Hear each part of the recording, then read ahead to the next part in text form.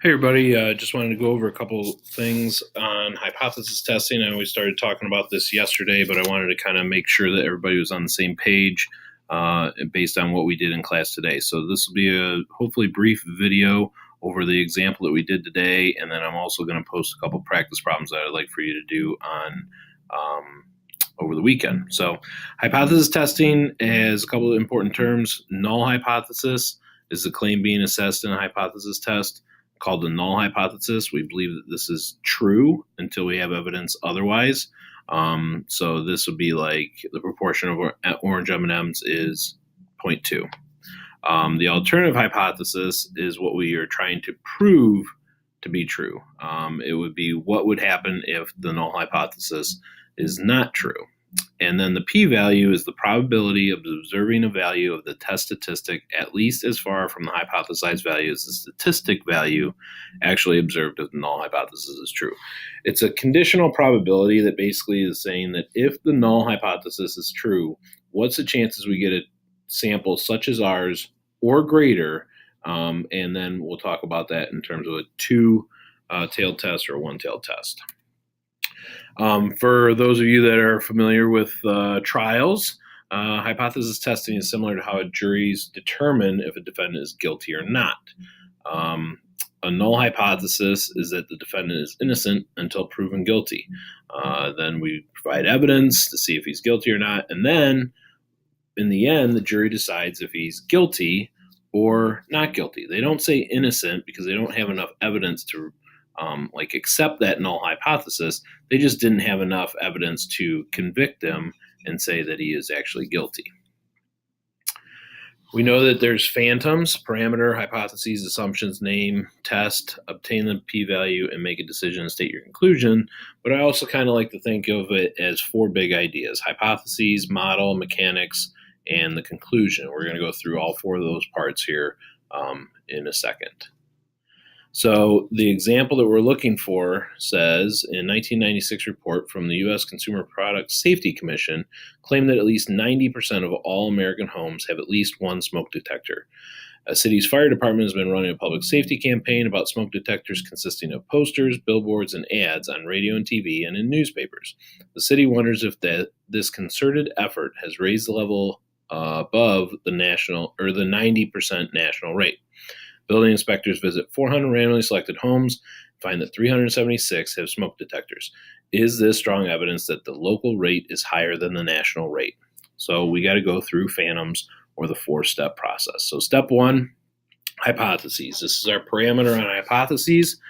First, we want to know, what are we trying to figure out? The who and the what of the problem. The who is the people in the homes, and the what is the proportion of homes that have a smoke detector. So P is what we have. That's our parameter of interest, and that is equal to the proportion of homes in a certain city that have at least one smoke detector.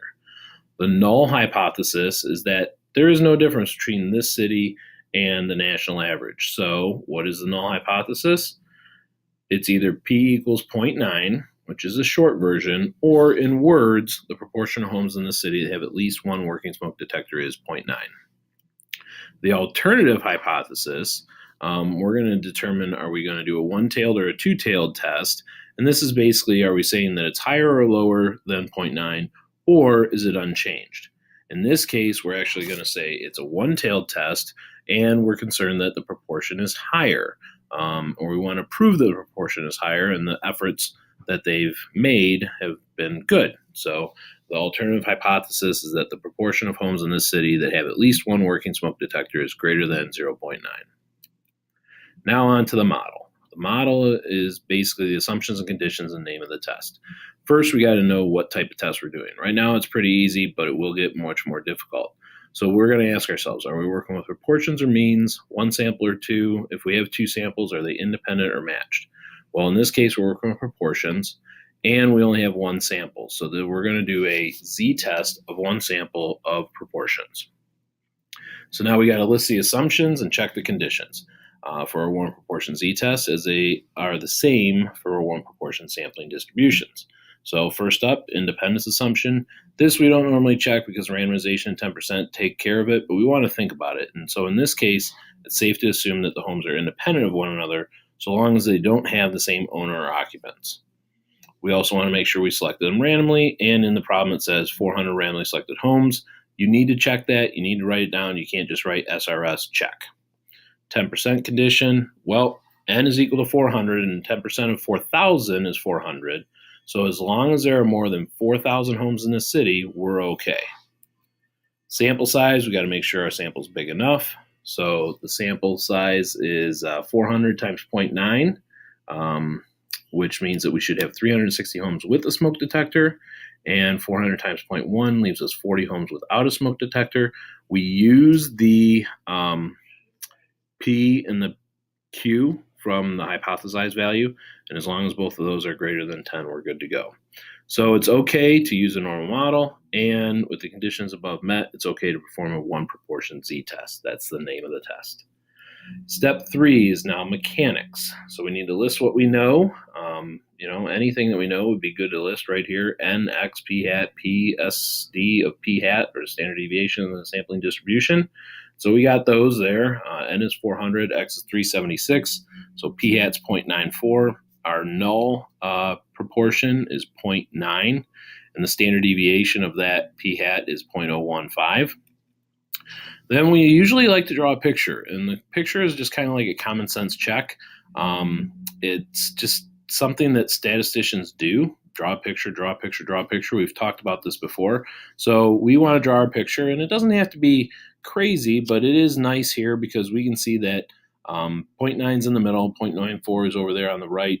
And if we were to actually draw in the standard deviations, we'd know that 0.94 is about 2.5 to 2 3/4 standard deviations above 0.9. We then have to calculate the test statistic, which is the z test statistic. Later on, it might be t or even chi-squared. There should be a chi-squared there. And in this case, z is equal to the p hat minus the null hypothesized value divided by the standard deviation of the statistic. And that is 0.94 divided by 0.90, which should be 0.015. I made a typo there. Instead of 0.15, it should be 0.015, which gives us a z-test statistic of 2.67. Then we obtain the p-value, and the p-value is probability that z is greater than 2.67, which you can see by the shaded area up there, and that's 0.0038. Now on for the conclusion. The conclusion is when we link the p-value to the decision, we can have statements such as because the p-value is so low, or since p is greater than 0.05, or the p-value of blank means the observer's results are unlikely. Ours, and what I like to say is with a p-value of 0.0038, which is very small, now we got to make a decision. And if it's very small or less than 0.05, we'll get into details about that next chapter, we reject the null hypothesis. If it's higher than 0.05 or large, then we fail to reject the null hypothesis. So with a p-value of 0.0038, which is very small, we reject the null hypothesis. Then we have to interpret the decision and put it in a proper context. The final conclusion must clearly explain what we've learned and make sure it's in context of the problem. So here's a couple of possible statements. Our conclusion should read something like this. With a p-value of 0.0038, which is very small, we reject the null hypothesis. We have statistically significant evidence that the proportion of homes in this city with at least one smoke detector is greater than 0.9. Now that we've said that it's greater than 0.9, what would be helpful is if we had a confidence interval to give us an idea of what plausible values it could be. And if we do that, we get a 95% confidence interval that the true proportion of homes in the city have at least one smoke detector is between 0.917 and 0.963. So hopefully that helped out. Here's the full solutions, and I'll post this stuff online. And then there's some other things that we'll talk about. But try looking through that handout and doing the two hypothesis test problems that I post here. And we'll see you Tuesday.